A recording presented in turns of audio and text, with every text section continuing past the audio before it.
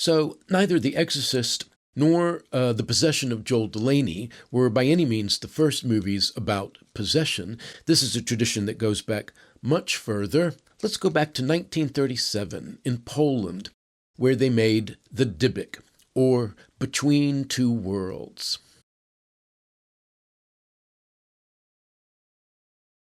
Sender and Neeson are best friends. Their wives are both pregnant at the same time, and they decide to make a pact. If one has a boy and the other a girl, they agree that in due course the children will be married. Sender's wife has a girl, but the wife dies in childbirth.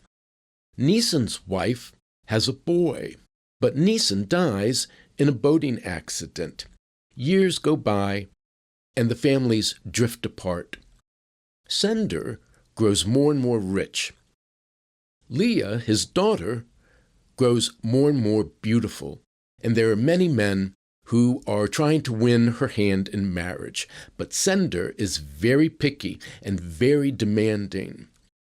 At this time, there wanders into town a traveling student of the Kabbalah, a young man named Honan, and he boards with Sender. The first moment he sees Leah, he is smitten. The first moment Leah sees him, she is smitten.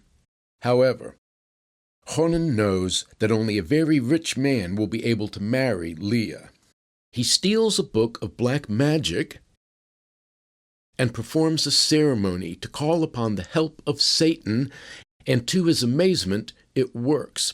The latest negotiations for Leah's hand in marriage fall apart, and Honan is exultant.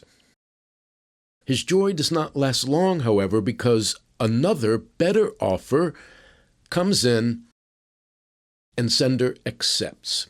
Leah is officially engaged. Only now does Sender realize who Honan is. He is Neeson's son. But it's too late to do anything about this because the engagement is official. Once again, Honan calls upon the help of Satan. But this time, the ceremony is too much, and Honan dies. Leah is taken to be married, but in the middle of the ceremony, she denounces the suitor. She throws herself on Honan's grave and declares that they will never be parted. From across the other side, the spirit of Honan hears her call and responds. He returns, and his spirit possesses Leah. The greatest rabbi in the land, Rabbi Azrael, is called to perform an exorcism. First, he summons the spirit of Neeson, Honan's father, and declares that the marriage pact is null and void. Next, he begins the long and arduous process of the exorcism. Eventually, he is successful. However, Leah again refuses to be parted from Honan. And rather than live her life without him, she follows him to the other side, and Leah dies. So, the sad story of the Dybbuk, and I don't mean the story of the plot, I mean the story of the making of the movie, is no mystery. They made this in 1937, and in 1939, Nazi Germany invaded Poland. And as you might well imagine, the Jewish community that came together to make the Dybbuk was hit especially hard. If you look on IMDb, on the trivia page, you will see that they name 4 actors from the cast who died in the Holocaust. But right below that, you see that there's one other person who sang on the soundtrack who also died in the Holocaust, so that's 5. But then there are the crew members. There's another 4 who died between 1939 and 1945. That makes a total of 9 that we know of. However, there's a long list of people who are in the credited or uncredited cast for whom no dates are given. And it's no leap to assume that at least some of these died during the war. The author of the play that the movie, The Dybbuk, is based on, a man with the pen name S. Ansky, died in 1920, just 1 month before the first performance of his play, the world premiere, so he never lived to see it staged. Also, the play makes clear that the book that Conan steals to perform his black magic rites is the Book of Raziel. What is the Book of Raziel, you ask? Well, according to Wikipedia, it features an elaborate angelology, magical uses of the zodiac, gematria, names of God, protective spells, and a method of writing magical healing amulets. Now, if you're wondering, well, where's all the summoning of Satan to get gold? Most of the books of magic that you will read from the medieval period through the early modern period are not necessarily about how to summon Satan. They're about how to protect yourself when you summon Satan. It's not actually all that hard to summon Satan. The old phrase is, speak of the devil and in he walks. No, what's hard is to keep yourself safe while you are dealing with Satan. So 95% of these books are about protection. But the point I'm making is, this is the first possession movie where Satan is involved in some way. For those of you who are interested in ancient books of black magic, it looks like I'm going to be teaching a whole class on the topic sometime early next year, so look out for that. But not even the Dybbuk from 1937 is the earliest possession movie. The earliest one that I can find is from 1933, called Supernatural, starring Carole Lombard. So guys, exciting developments. I just went to post this video on YouTube, and it was completely blocked. What I found was that NBC Universal has put a complete block on Supernatural from 1933. You can't see this movie anywhere. It's not streaming anywhere.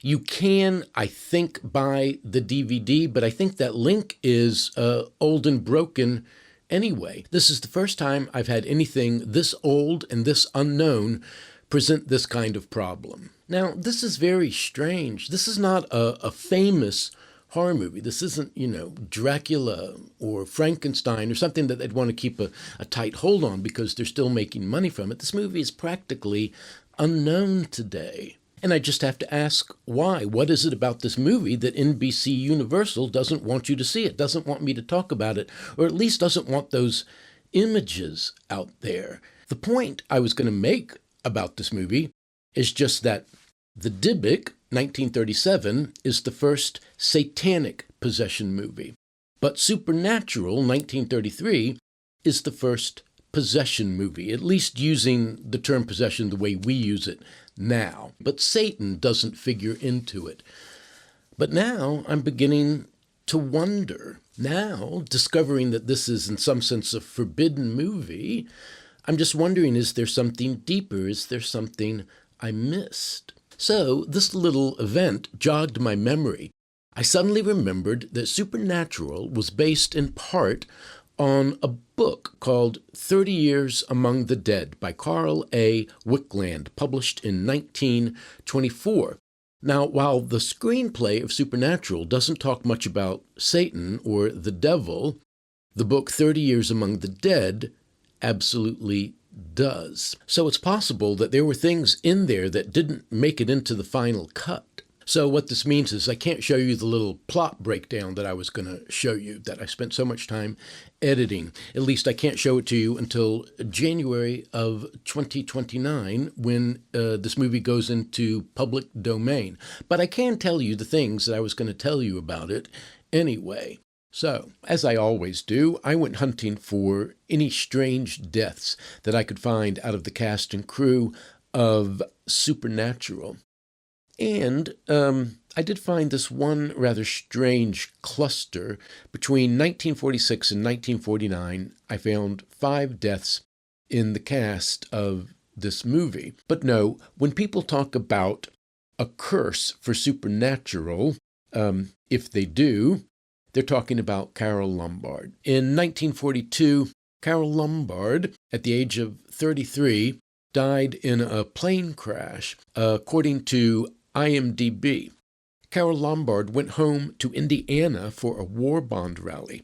On January 16, 1942, Carole, her mother, and 20 other people were flying back to California when the plane went down outside of Las Vegas, Nevada.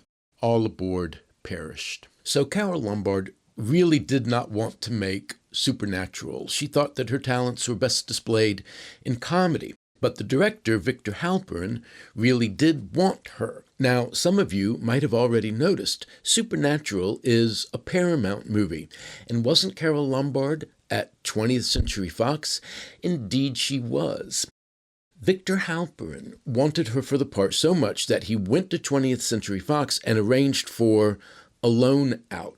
And she was required by her contract to make this movie. It caused a lot of tension between the two of them on set, and it wound up being the only horror movie that Carole Lombard ever made. If you want to get a sense of why Carole Lombard was a major movie star, watch My Man Godfrey.